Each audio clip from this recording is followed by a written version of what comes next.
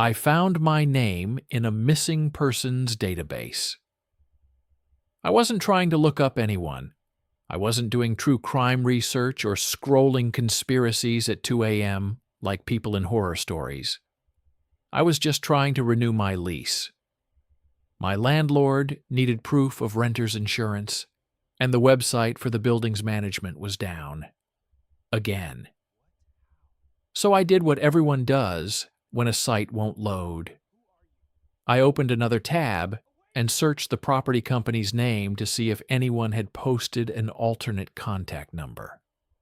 That's how I ended up on a forum thread from 3 years ago. A bunch of tenants complaining about late repairs and weird security upgrades that never worked. One comment had a link to a public PDF, a local community bulletin, like a town newsletter with police notices and missing persons reports. I clicked without thinking. The PDF opened in my browser. At first it looked normal. Small town stuff, a lost dog, a church bake sale, a notice about water shutoffs. Then I scrolled and stopped because I saw my name, not a similar name, not a typo, my full name. First, middle, last, spelled correctly, in bold. Under the heading, Missing Persons. My stomach dropped so fast I felt it in my throat. I actually laughed, one short involuntary sound, because the alternative was immediate panic. I told myself it was someone else, someone with the same name. But then I saw the details. Age mine, height mine, hair mine, last seen. My street name. My street. My neighborhood. And the date wasn't from years ago like the forum thread. It was recent, within the last month. I stared at the screen until my eyes blurred. The PDF had the look of official formatting. Municipal logo in the corner, small print at the bottom with a phone number for tips. I scrolled up and down again, searching for the part where it would reveal itself as a prank. It didn't. I checked the top of the PDF. The date said it had been published 2 weeks ago. 2 weeks ago, I had been at work, paying bills, going to the gym, ordering groceries, living my normal, boring life. But according to this document, I was missing. I wasn't sure what to do first, which is always the worst feeling, when your brain has too many alarms going off, and none of them form a clear instruction. I did the dumbest thing possible. I Googled my own name. The results loaded slowly, like the internet was reluctant. First page, nothing unusual. Social profiles, old college mention, a generic white pages listing. Then I added a second search term, missing. And there it was. A small local police website, a cached image thumbnail, a repost on some neighborhood page, a poster, my face. I stared at it like it couldn't be real, like if I stared long enough the pixels would rearrange into someone else. But it was me. Not a flattering photo, not one I'd choose. A DMV-style image, slightly washed out, taken from an angle that makes your eyes look tired. Under it, missing. Last seen. My chest tightened. Because the photo wasn't just me, it was a photo I didn't recognize. I hadn't taken it. I hadn't uploaded it. I hadn't even seen it before. The caption said the photo was provided by family. I don't have family here. My parents live states away. I talk to them once a week. My sister lives overseas. No one here had any reason to provide anything. My cursor hovered over the police contact link. My hand shook slightly. The rational part of my brain said, "Call them. This is a mistake. They'll correct it." But another part of my brain, smaller, colder, asked a different question. If it's a mistake, why does it have my exact details? And why does it say, "Last seen," in my neighborhood? I closed the laptop and stood up too fast, dizzy. My apartment suddenly felt unfamiliar, as if the walls had shifted while I was looking at a screen. I walked to the mirror in the hallway and stared at my own face. Still here. Still real. I lifted my hand and watched it move.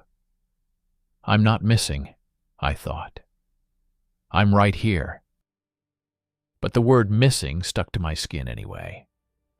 I called my mom. She answered on the second ring, cheerful. Hey, everything okay? Yeah, I said too quickly. Did you report me missing?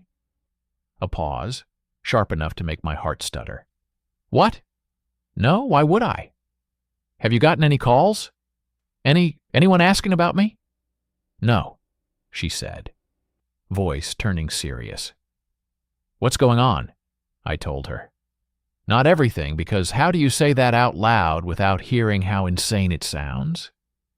I said I'd found something online, a missing person post, my name. My mom laughed at first, because that's what people do when they're trying to push away fear. Then I sent her the link. Silence. I could hear her breathing through the phone. Oh my God, she whispered. It's not real, right? I asked. She swallowed. That's your face. I know. How did they get that photo? I don't know. My mom's voice took on that protective edge, the one that makes you feel 12 again. Call the police. Right now. Don't wait. I promised I would. I didn't. I told myself I would after I confirmed something first. I opened my laptop again and looked closer at the poster. The last seen date. It was a Tuesday. 2 Tuesdays ago. I remembered that day clearly because I'd had a dentist appointment. I pulled up my calendar and saw it. 2:30 p.m. I had a receipt email from the dentist, too. Proof I existed. So why would a missing poster say I was last seen that day? And the location listed wasn't the dentist. It was my apartment building. My address. Which meant whoever filed the report wanted the story to start here. I scrolled further down the police webpage. There was a note. Missing person may be endangered. May be experiencing confusion. Confusion. My stomach turned. That word wasn't an accident. It framed the entire narrative. If I showed up and said I wasn't missing, they could claim I was confused. I took a screenshot of everything. The PDF. The poster. The police page. The cached copies. Then I did something else I didn't realize would matter later. I checked the URL. It wasn't the official police domain, it was close. One letter off, a .org instead of .gov. I stared at that like it was a loaded gun. Someone had built a fake missing person site and put me on it. That meant this wasn't a clerical error. It was intentional. My phone buzzed. Unknown number. I ignored it. It buzzed again. Same number. I didn't answer. A text came in. Stop looking. My hands went numb. I read it again. Then I got another message from a different number. You are supposed to be missing. I dropped my phone as if it burned. My heart hammered so hard I could hear blood in my ears. I stared at the door to my apartment. Locked. Chain on. Deadbolt. Still, I checked it again.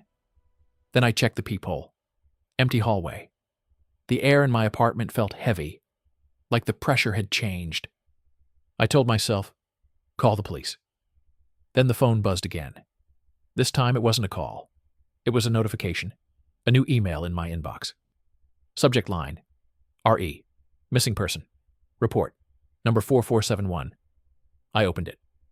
The email looked official. Clean header. Formal language. A case number. My name typed in proper formatting. It said, "Thank you for your cooperation. Please remain at your listed residence while we complete the verification process. Do not contact outside parties." I stared at that last sentence. Do not contact outside parties. That's not how police work. That's how kidnappers work. My brain finally did what it should have done from the beginning. I called the actual police department number, one I found through the city website, not through any link. A dispatcher answered. I said carefully, "Hi. I think someone is impersonating your department and using my identity. There's a missing person report online with my name and face." The dispatcher paused. "What's your name?" I told her. I heard typing. Then another pause. Longer. "Sir," she said slowly, "there is a missing person report associated with that name." My blood went cold. "That's impossible," I said. "I'm calling you right now." "I understand," she said, voice tightening. "Can you confirm your date of birth?" I did. More typing. Then, "Sir, the report lists that date of birth." "I didn't file it," I said. "I'm not missing." The dispatcher's tone shifted. "Where are you calling from?" "My apartment," I said. "I'm here." "Are you alone?" "Yes." "Stay on the line," she said. "We're dispatching officers to your location." Relief hit me like a wave. Then fear immediately followed. Because if there was a report in their system, someone had filed it officially. And if officers were coming, what story had they been told about me? I sat on my couch with my phone pressed to my ear. My eyes kept drifting to the door. The dispatcher asked me to stay calm, to keep the line open, to avoid leaving. Then the buzzer to my apartment building rang. I jumped. The dispatcher said, "Is that them?" "I don't know," I whispered. I checked the building intercom camera through the app the landlord had insisted everyone install. The screen showed the lobby. 2 men stood at the entrance. They were not in police uniforms. They wore dark jackets. One held something in his hand, maybe a clipboard, maybe just a phone. The dispatcher was still talking, asking me questions I barely heard. The men looked up directly into the lobby camera. One of them smiled. Then the camera feed cut to black. My app refreshed. "Connection lost?" I felt my throat close. The dispatcher said, "Sir, are you still there?" "Someone's downstairs," I whispered. "They're not police. They cut the camera." "Do not open your door," she said sharply. "Officers are en route." My phone buzzed again. A new text. "Don't make this hard." Then a photo came through. A picture of my apartment door, from the outside, taken seconds ago. I stared at it, frozen. They were in the hallway already. How? I hadn't buzzed anyone in. My building required key fobs, unless someone had one, unless someone had always had one. Then I heard it. A soft knock, not loud, not threatening. 3 taps. Polite, like a neighbor. The dispatcher asked, "Do you hear something?" "Yes," I whispered. The knock came again. Then a voice, calm and close through the door. "Open up. It's okay. We're here to help." My skin crawled. The voice sounded normal, friendly, the kind of tone you'd trust if you didn't know better. The dispatcher said, "Do not open it." The voice outside said, "We know you're confused. We can explain everything." Confused. That word again. My pulse spiked. The chain on the door rattled slightly, as if someone tested it gently. "Sir," the dispatcher said, "are there any other exits?" I looked toward my balcony. 4th floor. Not an exit. Window? No. Fire escape? None. Only the hallway.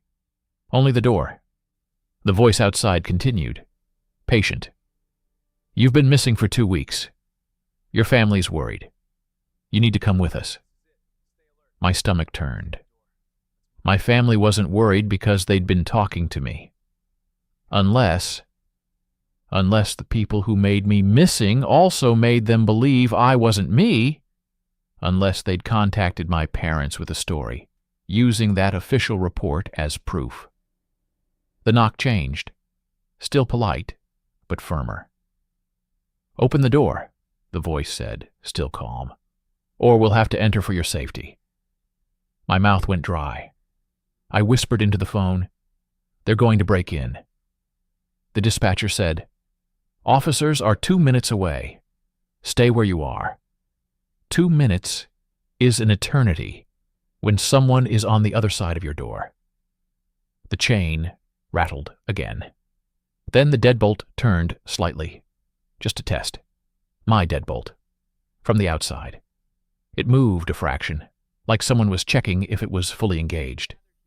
It was, but the fact they could even try it meant they had tools. Or keys.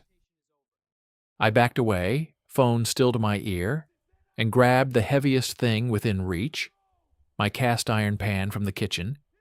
The voice outside sighed, almost disappointed. "Okay," it said softly. "We'll do it the official way." I heard paper sliding under my door. I glanced down. A document. A printed notice. At the top, warrant of entry. My name typed neatly. A signature line with a name that looked like a judge's scrawl. A seal that looked official enough to fool anyone, glancing quickly. The dispatcher asked me to read it. I did. Halfway through, my blood chilled. The document stated, "Subject may be delusional. Subject may impersonate the missing individual. Use caution. Impersonate the missing individual." That meant if I protested, they could claim I was an imposter. They had set me up to be disbelieved. The voice outside said, "We have authorization."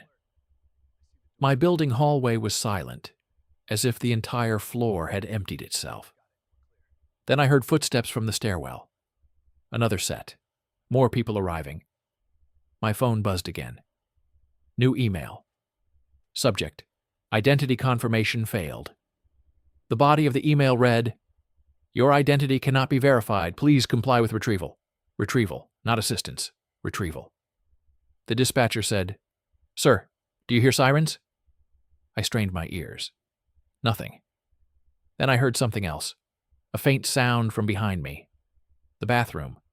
A soft click. My bathroom door handle moved. I froze. That door had been closed.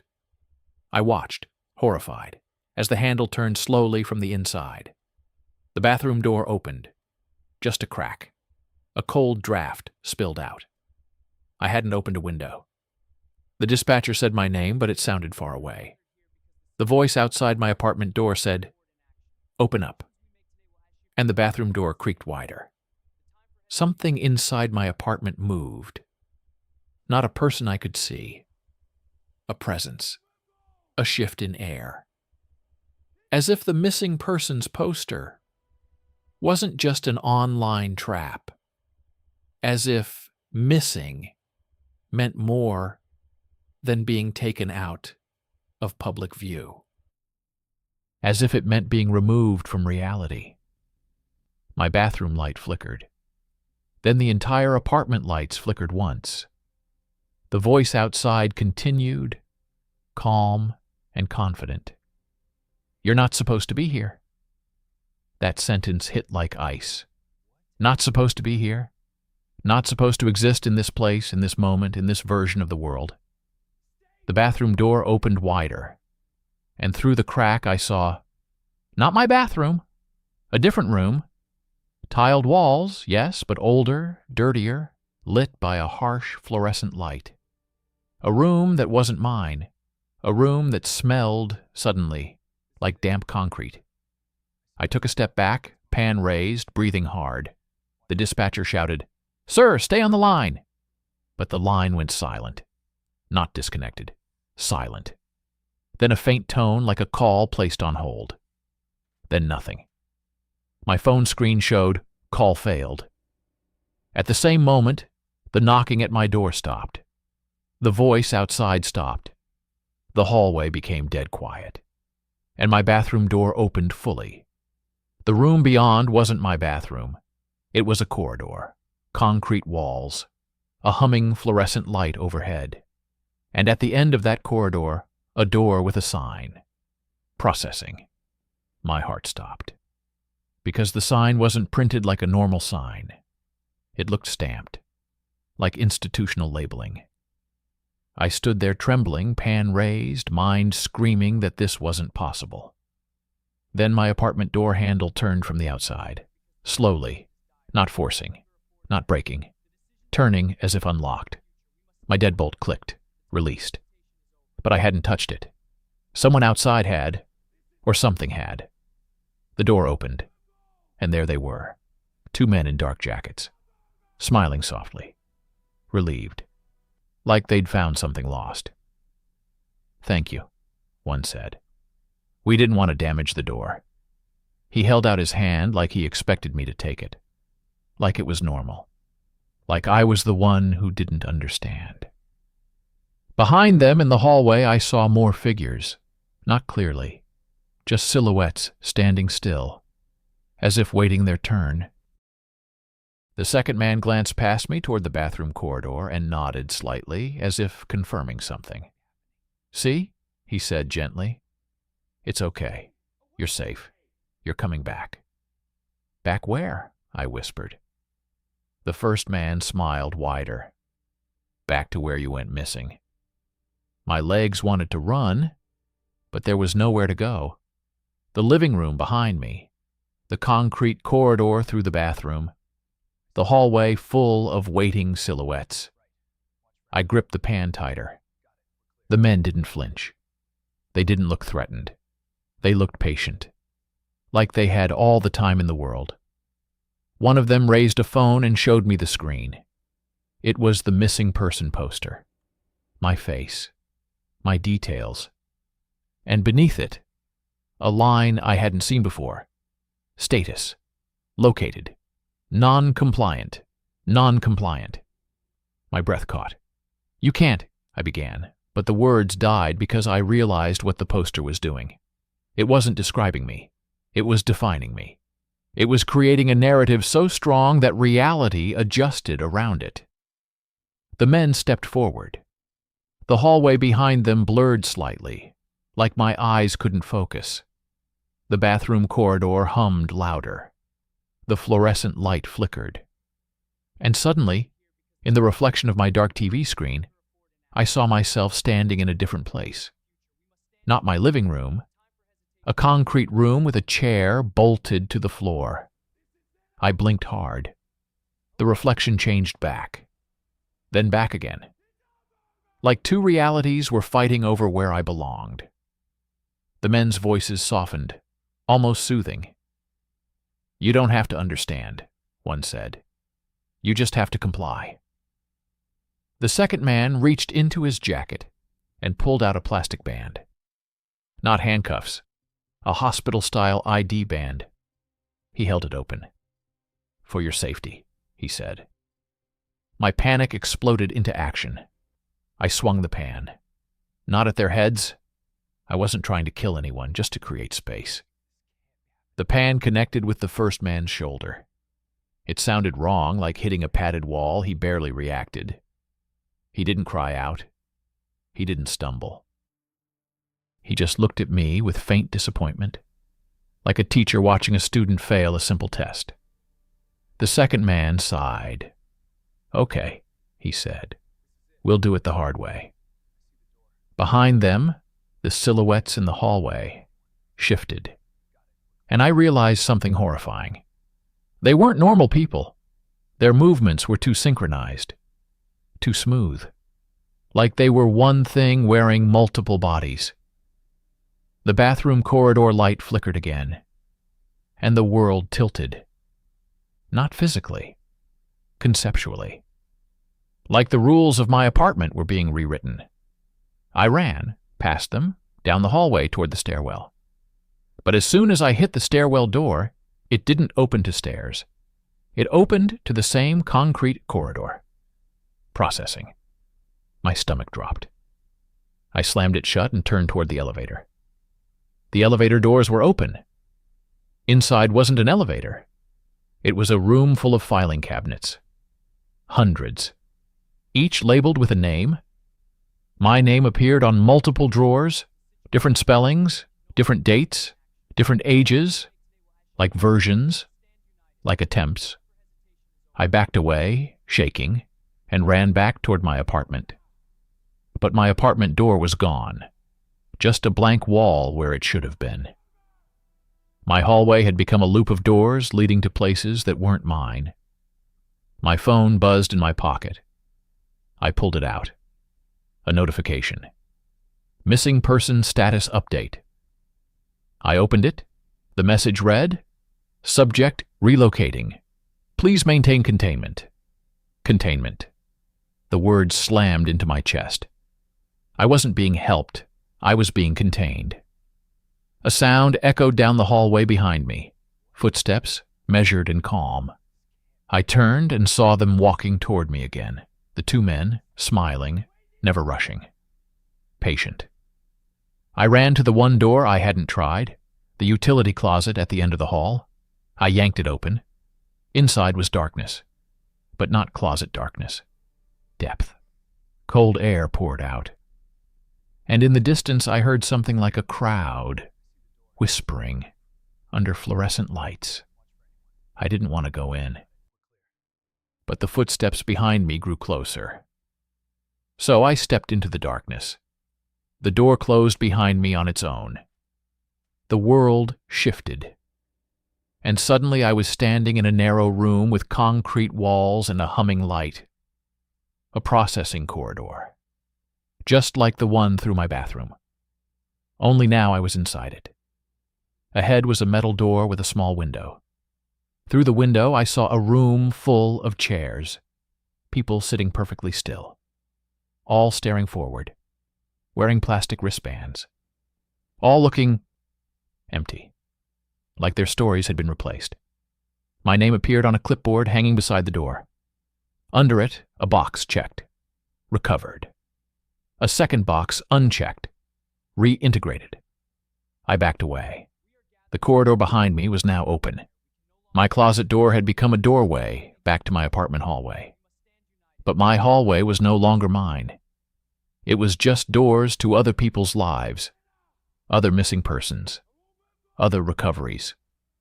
I realized then what missing meant in the database.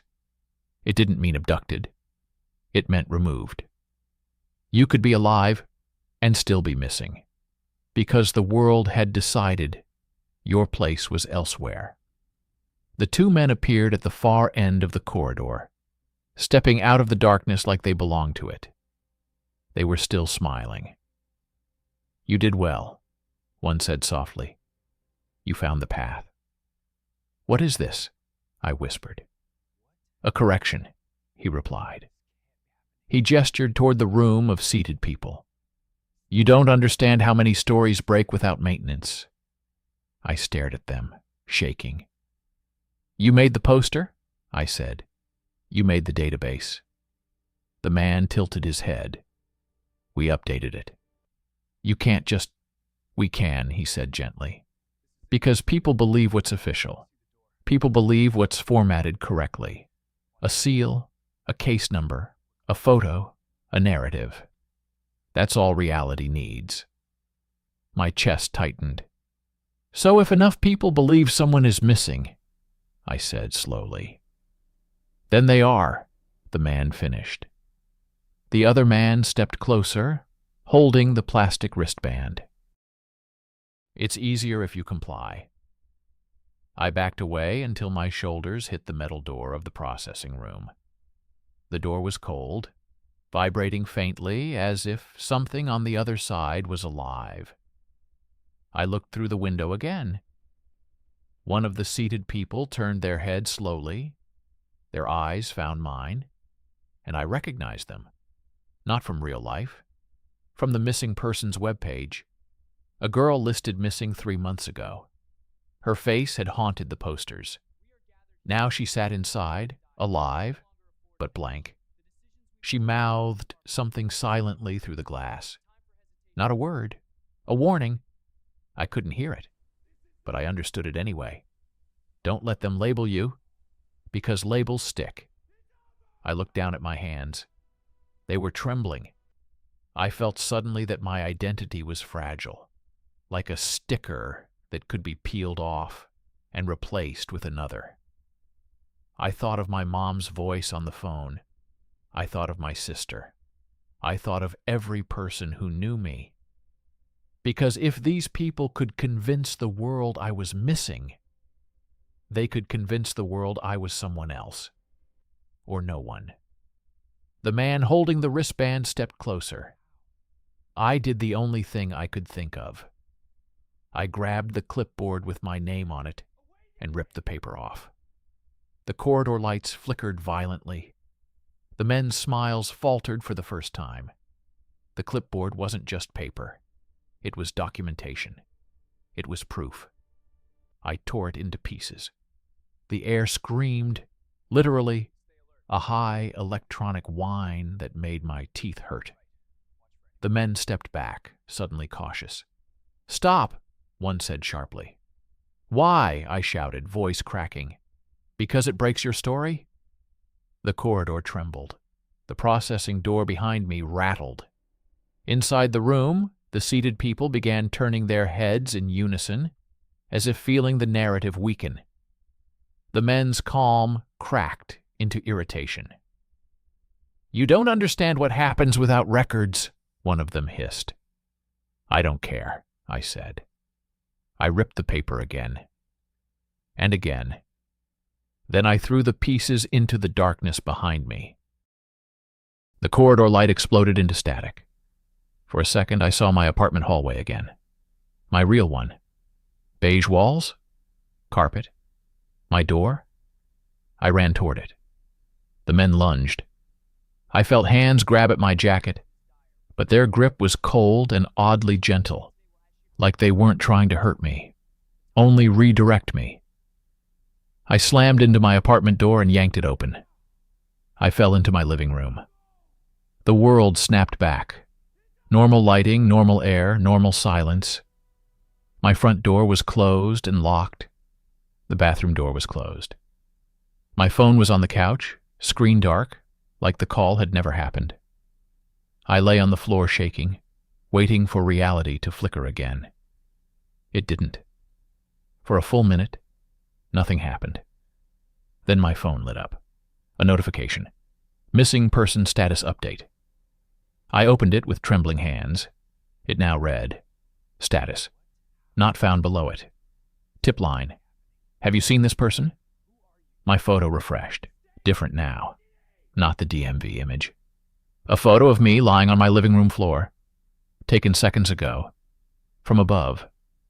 I froze. I looked up. The ceiling corner above my couch seemed darker than it should. And from that corner, very quietly, I heard a sound.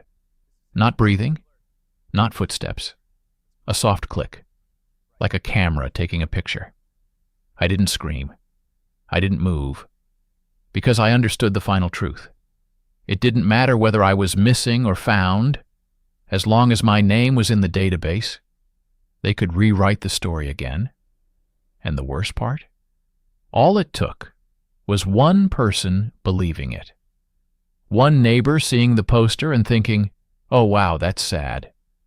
One coworker reading the case number and thinking, "That's official." One stranger calling a tip line. Belief was the lock. Documentation was the door. And I had just taught them the only thing they needed to know. I was aware. I knew the trick. I would resist. So now, when I walk outside, I keep my hood up. I avoid cameras. I don't sign up for anything with my name. Because the more times my name appears in official places, the easier it becomes for them to place it somewhere else. And every so often, late at night, my phone buzzes with a new notification from a number I've blocked 100 times. It always says the same thing. Stop looking. Because if I look again, I might find the next update. The one where my status changes from missing to something worse.